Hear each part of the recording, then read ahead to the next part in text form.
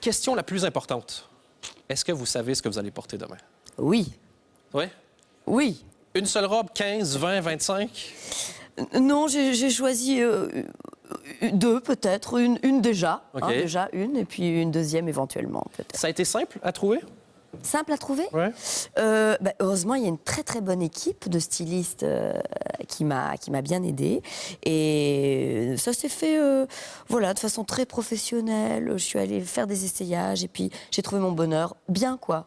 D'ailleurs, tout à l'heure, on va recevoir Didier Vervaren, qui est le styliste de la soirée. Et il y a peut-être des chances qu'on voit une de vos tenues avant la fin de l'émission. Donc, ça, c'est un truc... Pour nous, les mecs, on peut pas comprendre. Parce que moi, ça fait genre 2 ans que j'ai le même costard. Ben, en fait, on a changé, mais même couleur, même chose. Et il y a jamais personne qui fait un commentaire. Mais les actrices, dès qu'elles débarquent avec une robe, t'as l'impression que tout le monde s'évanouit et tout le monde commente. Oui, mais l'avantage, c'est que vous faites jamais de fausses notes.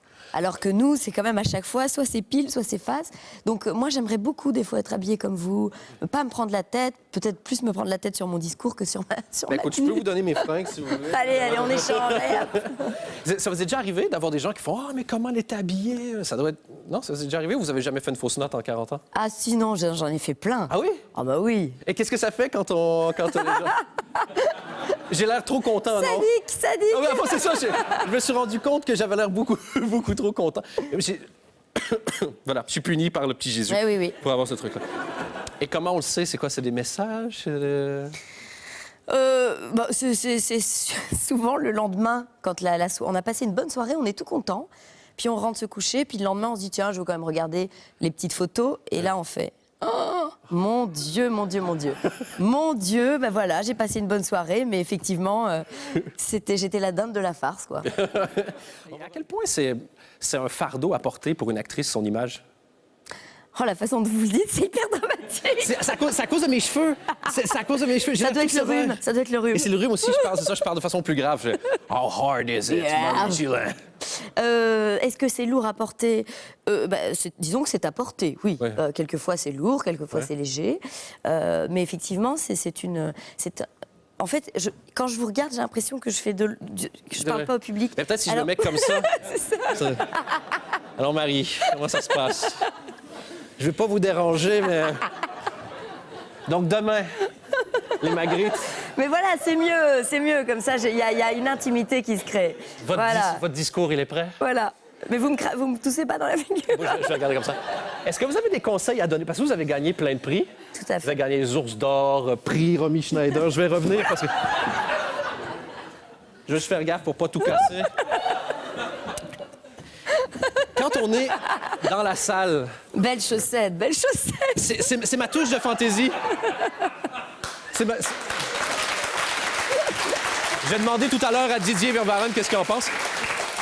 Je vais essayer de faire comme si je m'étais pas froissé un muscle. C'est ça. Et je vais juste vous demander, en grimaçant de douleur, quand on est, et puis voilà, nommé, et oui. On sait qu'il y a plein d'autres, est-ce qu'on prépare sa tête au cas où on gagne et sa tête au cas où on perd? Alors, vous pouvez répéter la question? Est-ce que, quand on dit, et les nommés sont Marie Gillin, faites comme ça. Comme ça, et est-ce que vous êtes prête à avoir votre face si vous gagnez, votre face si vous perdez? Genre, mettons, le gagner, genre... Bon, déjà, je n'ai pas été nommée tant de fois. Hein. C'est pas comme si c'était chaque année que j'étais... Non, j'ai reçu très peu de prix et j'ai été nommée, oui, mais pas non plus de façon incroyable. Donc, j'ai pas pris l'habitude d'avoir une tête. Ah non, vous avez pas... Il n'y a pas de coach en face de non, trophée? mais c'est vrai, je vois ce que vous voulez dire. C'est vrai que c'est assez ingrat parce que c'est vrai que le principe des prix, c'est que tant qu'on n'est pas nommé, on se porte très bien, finalement. On a fait un chouette film, on est content, on a joué au théâtre. C'est une belle aventure. Puis en fait, après, vous êtes nommé. Et là, vous dites « Oh, Ça serait chouette. Ouais. c'est chouette !» Et puis là, vous avez tout votre entourage qui vous dit « Tu vas la voir !» Et là, ça commence à se corser. Parce que là, on est parti d'un point A où on était hyper détendu à une espèce de pression qui monte. Et puis, on finit par se dire oui, merde, alors effectivement, là, j'aimerais peut-être quand même bien la voir. Alors qu'au début, je m'en foutais complètement. Et donc, voilà. Et donc, c'est un peu ça qui fait que je pense que souvent, il y a le côté... On a peur que ça soit pas nous parce qu'on a peur de monter sur scène. On a envie et donc il y a une espèce de robotisation du Et moi, j'entraînerais juste le semi-sourire tête de côté pour dire genre il le méritait. Tu vois le. Ah oui.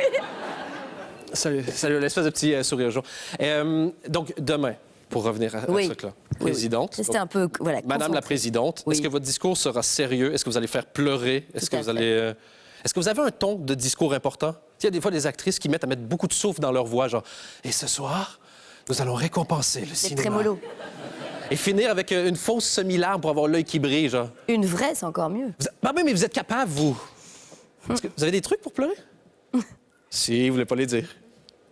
Pour penser à l'interview, puis ça vous fait pleurer, c'est ça? C'est une fois, je suis allé au Dan Late Show, le gars m'a toussé sur la table, et puis Ouais, c'est ça, je pense à vos chaussettes, tout d'un coup, j'ai un... Mais je comprends pas, vous aviez dit qu'elles étaient bien. Ah, vous faisiez l'actrice. Oui. Vous les avez pas vraiment aimées. Vous savez que je les ai achetées au Danemark? C'est vrai. Ah non, c'est très, très bien, très classe. Et est-ce que le mollet est poilu? Ah, si. Ah oui, oh, il est blanc.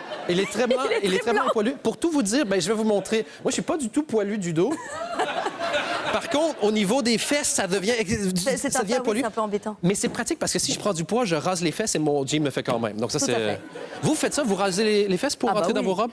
Ah oui, c'est très important. Parfait. On peut peut-être reparler du film, dire que Mirage d'amour, c'est une très belle histoire qui est effectivement remplie d'émotions. Et ça, c'est moi qui aussi me dis, putain, ça fait 10 minutes qu'on parle de n'importe quoi avec cette pauvre Harry Gillet, qui était très gentille de venir ici et de rien demander.